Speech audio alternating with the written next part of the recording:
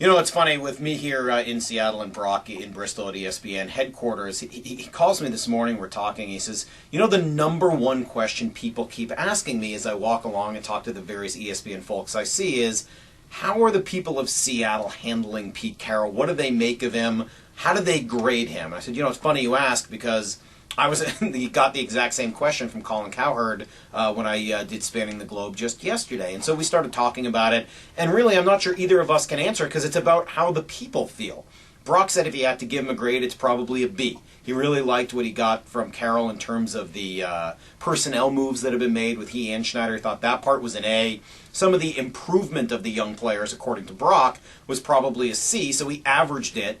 And he ends up with a B grade. But what I found interesting was spreading it out to the people and getting some of your responses, and they really were all over the map. Nobody had anything less than a C, which I think is fine, but a lot of A's, people who are just gaga over what Carroll has done and taken a team that hasn't been to the playoffs in a few years and made them good enough to get to a playoffs, albeit in a weak division. They give him an A. They like the enthusiasm, and I understand that.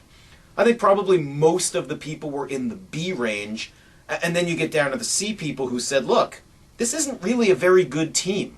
And that's partly where I came in. I'd probably be a C+, maybe a B-, somewhere in there. And for me, it's about, look, the team got better. You can't argue, obviously, a 7-9 record is better than 5-11 or 4-12 over the last couple of years. But weak division, horrible schedule, and if they hadn't won that last game, you're looking at a completely different team. A team where you say, wait a minute, they lost 8 of their last 10? That's abject disaster. They kept getting blown out. This is no better than a year ago. Then you start to have serious questions. So I'm probably at a B-. I like ultimately the fact that this team was able to win when it mattered the most. That's the mark of a good coach. And we'll see where it takes them in the playoffs.